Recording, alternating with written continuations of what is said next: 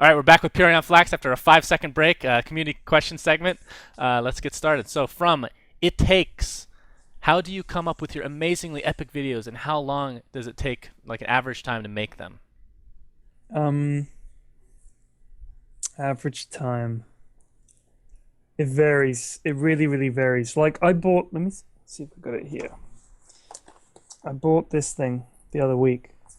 I see it maybe a month What? ago. God, It's I like can't even a, see what that is. this is a, it's called a bamboo, and basically it lets you draw Oh, with this pen. like a tablet kind So of it's thing. like, yeah, yeah. Some people call it a tablet, and basically you can draw. So I thought this would improve my output tenfold. But the problem with the Dota 2 videos is when I first started making the game, um, there were a ton of heroes I didn't know, and every time I found a new hero or played against a new hero, I'd be like, "This is great."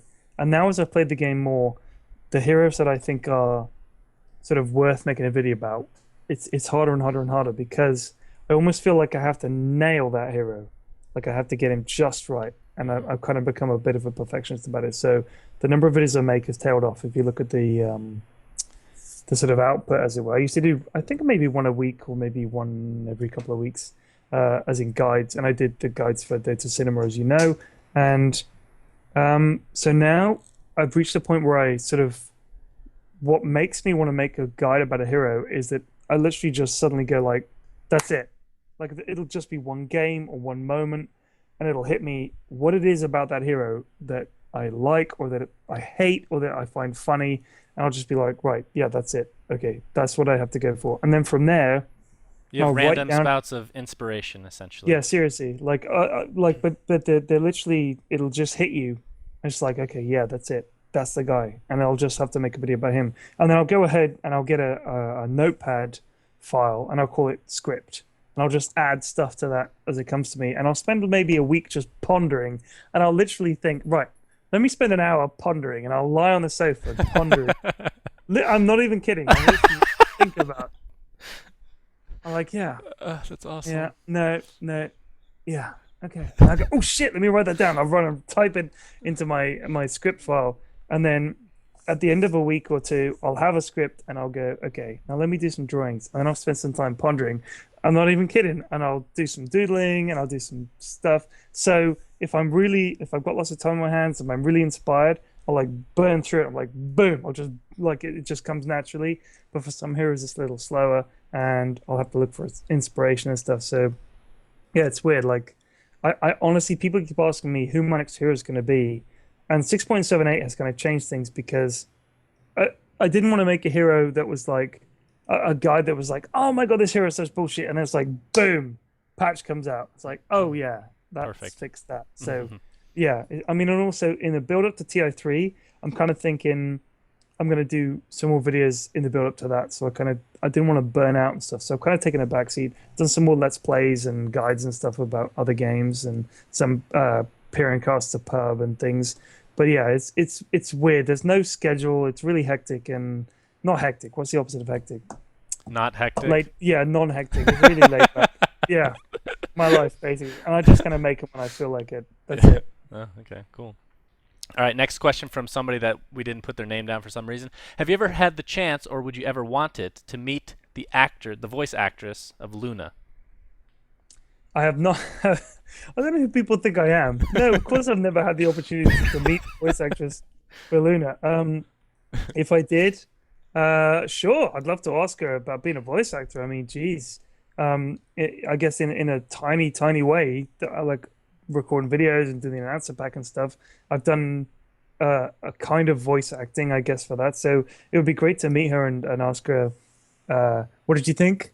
You know, and what do I need to do and stuff like that. So I'd love to meet her. I never have. And I guess, yeah, it's a weird question. Very specific indeed. All right, Yeah. this question from Pipochi. If Mrs. Flax was a hero, what would be her abilities? This is going to be a pretty hard one to answer, I would think. Oh, wow. I don't think she'll need four. I Yeah, guess she'll need a spammable ult, which would be nagging. of course, Let's say so typical, she can typical. nag on her Q. That's a spammable Not a Okay. spammable ult, so that's a spammable Q. Okay. A nuke, if you will, is a nag. What does it do She exactly to the enemy? uh, if you're playing Dota 2 or making a video, the nag like affects the video or quality of Dota 2. Okay. So yeah, it's like stacks. The nag stack. It's like a stacking Yeah. effect. So it's like yeah. So her W is a damage over time of a withering stare. So I'll like peek around, and she'll be like staring at me like. So it's I'll be like, essentially like Medusa ult to some degree. no, no, no. It's not. It's not an ult. It's not like it doesn't freeze me in my tracks. It's just like a dot. It's just like just me Oh. having to deal with. Oh, So she has a just spammable nuke and a dot so yeah. far. She has a nuke and a dot. Okay. Like Let's give her a she's good. passive and then an ult. All right. Her passive is being able to ignore my pleas that Dota 2 really is a good game and I need to play it at every possible juncture. And her ult Built has up to immunity be then. her ult has to be patience, and that purges all the impatience and all the anger that she feels about me playing Dota 2. So yeah, that's Mrs. Flax in a nutshell. Pretty fucking sick hero, OP. You need to make a Ice video on Frog, that, please seriously. nerf. Mrs. That is P. awesome. Flax's guide to Mrs. Flax. Yeah. Awesome. Okay. From Wombat Mac and Cheese, on a scale of 1 to 11, who is your least favorite hero and why is it Meepo? Oh, he's right. I mean, if I have like if I random and I get Meepo, he's my least favorite because like this is weird because playing against him, I don't mind playing against Meepo because how often do you bump into a good Meepo player? And if you do, it's like bumping into someone who's like really good at something, like it's like getting stabbed by a dude who's like an excellent blacksmith. You think like as the knife is going in, you think, wow, look at the handiwork on that hilt. Like that's a good dagger. Killing me with. So you can't resent him too much. Yeah. But when it comes to playing Meepo, I just think like I random Visage the other day or Visage.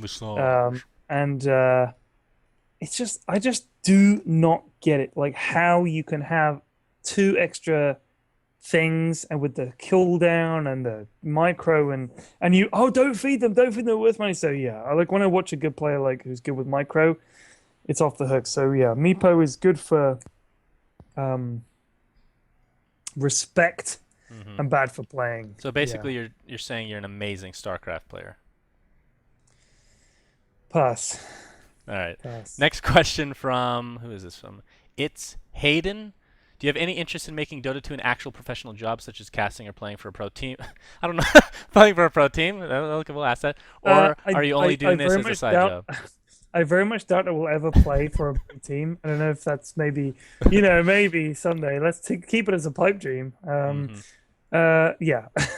When it comes to casting or making videos professionally, I have no other job that pays any kind of money. So I guess technically this is what I do for a living.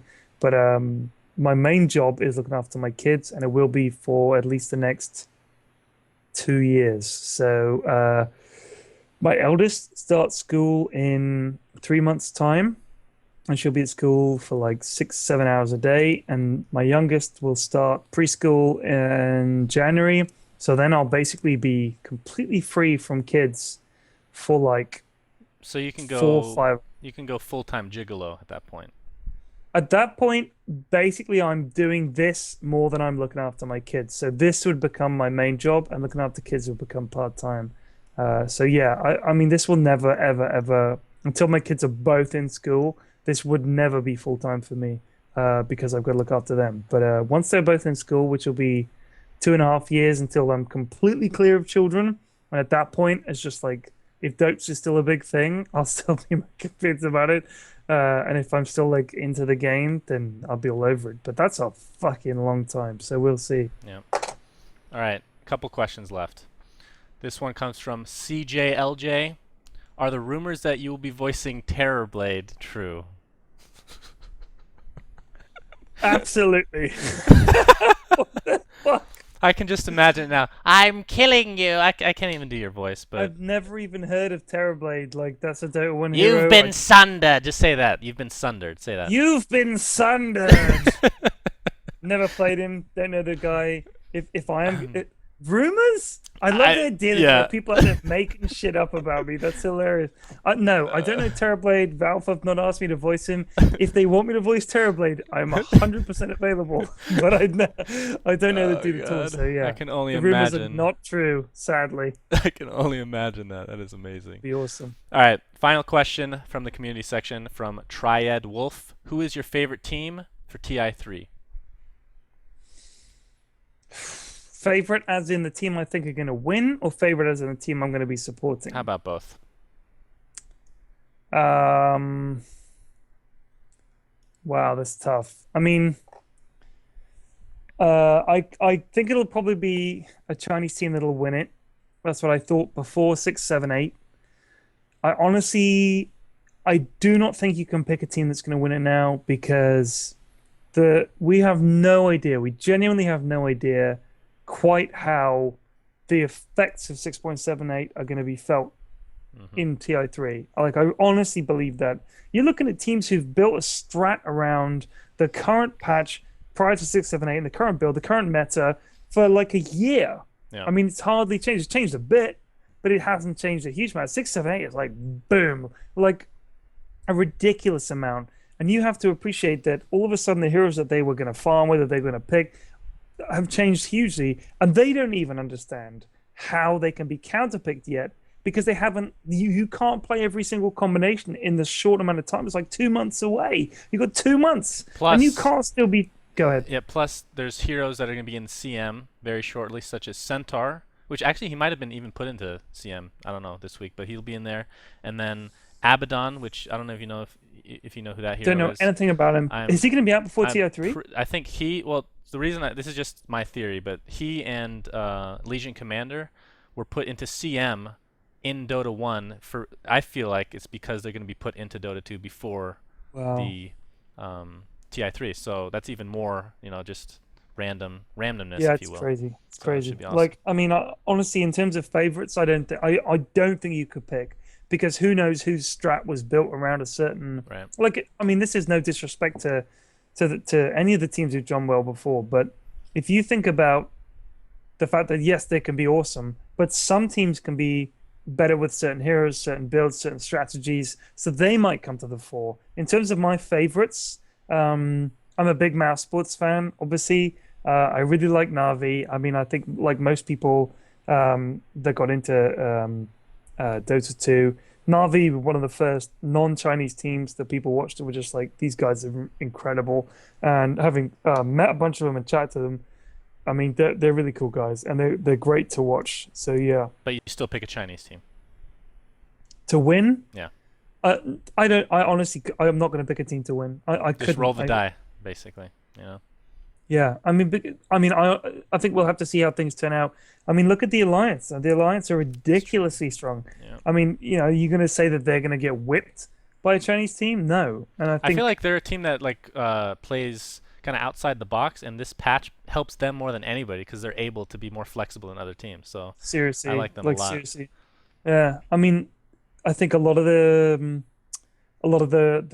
patches changes are to shake things up for that exact reason. Because if you go in and say, okay, let's just keep things the same, everybody's had a year to build up the strategy. It's like, well, then how are we really going to know who are the teams that can think on their feet? Like, I personally think the flair and quick thinking and stuff should be rewarded ahead of purely mechanical talent. Like, if you can just lost hit, it's like, that's brilliant. I mean, it's a great skill. But as a spectator sport, it's like not as interesting. See, I'm one of the few people, for whatever reason, that my favorite part of the game, believe it or not, is the pick ban because I find it so interesting. Especially Seriously, when like random thing comes out. Because when you listen to the logic behind it, and I mean, going back to that EMS thing, I was sat right by one of the teams. So whichever team was on the left of the tournament, we were right by them, and you could hear their conversation, to hear them deciding why they picked this guy, why they picked that guy. It was fascinating, like really, really fascinating. Because my picks and bans, we just copy, and I'm sure most people do this. You play Captain's Mate, you just copy the pros.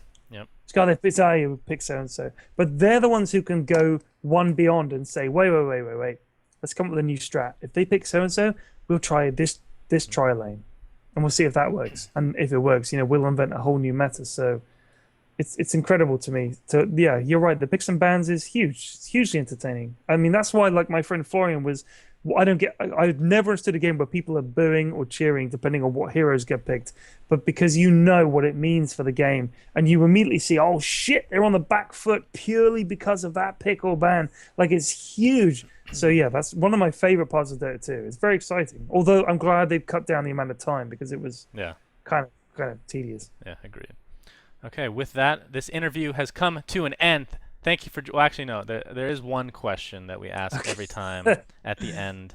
Okay. And it's actually the most important question of all, Pyrion. Oh shit. Cake or pie?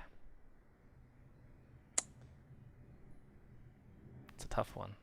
Are they both sweet? Or is one of them like a chicken pie? One of them sweet? Or No, like no. Okay, not a chicken pie. Okay, okay. American standards. You have a cake, which I'm pretty sure I don't have to explain what that is. yeah. And then like a pie, like an apple pie, anything like a dessert pie, basically.